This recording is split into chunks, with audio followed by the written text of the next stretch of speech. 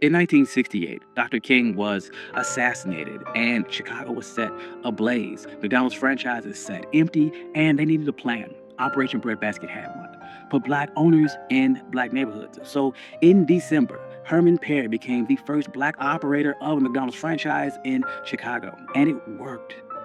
More black operators followed, and a pipeline was created. But there was a catch. McDonald owned the land, they set the fees, and they picked your lots. So join us today while we talk about how McDonald's created a black franchise empire and everything that it cost. I'm your host, Country Boy. This is One Mic Black History, and if you like stories like this, you can find more stories like this at onemichistory.com. But without further ado, let's get started. After World War II, America built a new life around cars and suburbia and highways. Interstates cut through black neighborhoods, urban renewal cleared blocks in the name of progress, banks drew red lines on maps around black homes, and the GI Bill helped white veterans buy homes and businesses at a greater clip than their black counterparts. As factories left the city, steady jobs left too. White flight followed, and with that went supermarkets and many white-owned stores. By the mid-60s, a lot of black neighborhoods had fewer jobs, fewer full-service grocery stores, and very little new investment. During this same time, franchisees loved this new America. They had simple menus, fast service, and big parking lots off the highway. Chains like Holiday Inn, Hojo, and new burger brands were built for drivers and suburbia.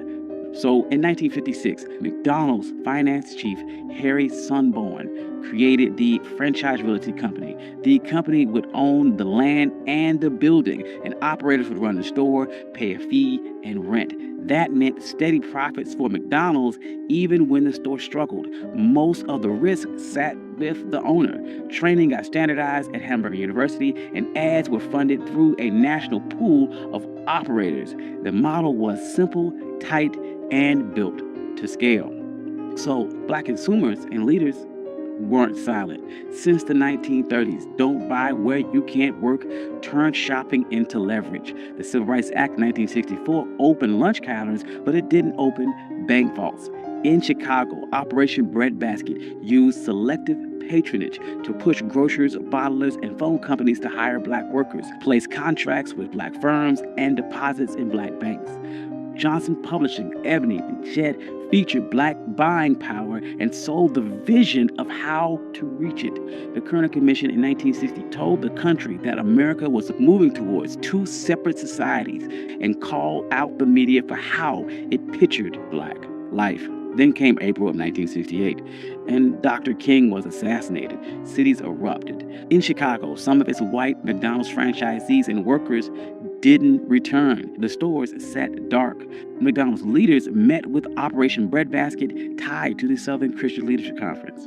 Local leaders said, if you want trust here, the owners must be black.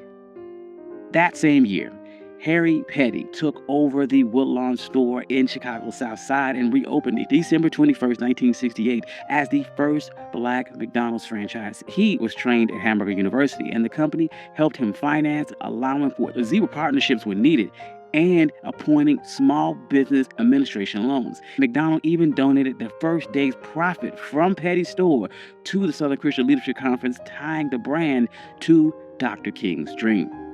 Petty did well. A pipeline formed. McDonald's set high priority plan and launched a 50 by 2 program to launch 50 stores ran by people of color within 2 years. They opened a satellite version of Hamburger University classroom on the South Side, so new owners didn't have to travel all the way to Oak Brook, Illinois. Black owners began to meet, and they formalized in 1972 the National Black McDonald's Operators Association. One member called the group both the NAACP and the Southern Christian Leadership Conference for Black operators. It became the inside voice for the push for fair sites, trainings, and contracts. And on the ground, the stores mattered.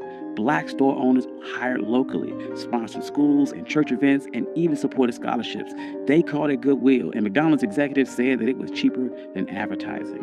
Real estate helped too. After the late 1960s uprising, many black neighborhoods became cheap. Between 1968 and 1972, the land values in those areas fell roughly 30% on average. So McDonald's could buy low, build fast, collect rent and fees as their sales grew.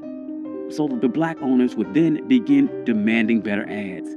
They said, "We pay into the national fund, show us." In 1972, McDonald's would hire Tom Burrell's black-owned ad agency. Burrell called his style positive realism. It showed regular black life with pride, after church, little league nights, grandparents and grandkids, not stereotypes and not pity. It would have lines like, "So good to have around," and "Get down with something good" at McDonald's. And those landed better than "You deserve a break today," which didn't fit with the lives of people who rarely had a break. Research showed this rose the brand's image, and dollars shifted to Ebony and Jet and black radio, and black artists and models and researchers like Viewpoint got paid to shape the black image. Then civil rights groups would push further. The NAACP used fair share agreements and contracts for black builders, insurers, and distributors. The Black Operators Association stressed that one restaurant could support a web of black businesses around it. The system sent money past the counter into banks, printers, construction crews, and ad shops. However, in that fine print, McDonald's kept the land. Owners paid a monthly fee of about 4% in sales plus rent. Part of that rent is a slice of the sales, which reached up to about 14.5%. Owners also had to pay at least 4% in sales to the national ad pool. The company set the standards, inspections, and decided renewals. That is why many owners call themselves captive tenants. In plain words, you ran the store, but the company owns the ground and sets the rules. So site placement became a fight.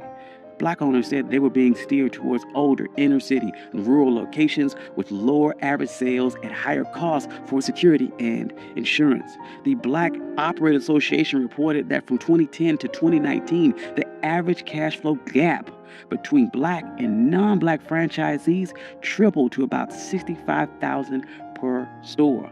And as health debates grew, fast food filled spaces that supermarkets left.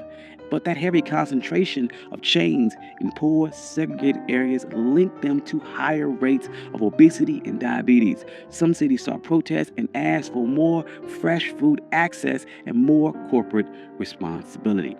Recently, these tensions have bubbled to the surface.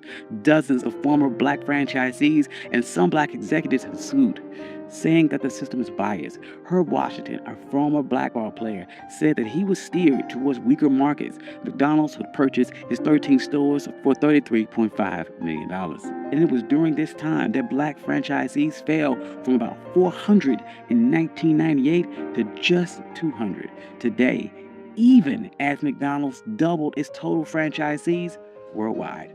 So why does any of this matter? McDonald's opened up a real pathway to black ownership and middle-class jobs when other industries stayed closed. In the late 2000s, black McDonald's stores reported more than $2 billion in sales. Company leaders said that McDonald's has created more black millionaires than any other corporation. And the ad shift put black families on national TV like it had always been that way. Yet outcomes are uneven.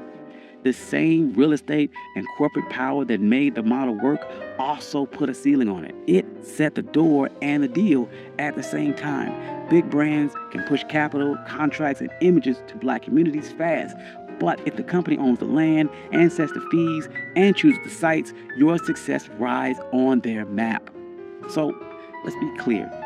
McDonald's did the math.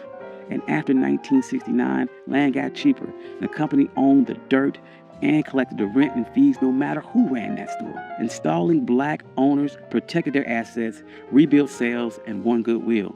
Moving ad dollars to black media reached customers other brands were ignoring. And hiring black suppliers kept the system running.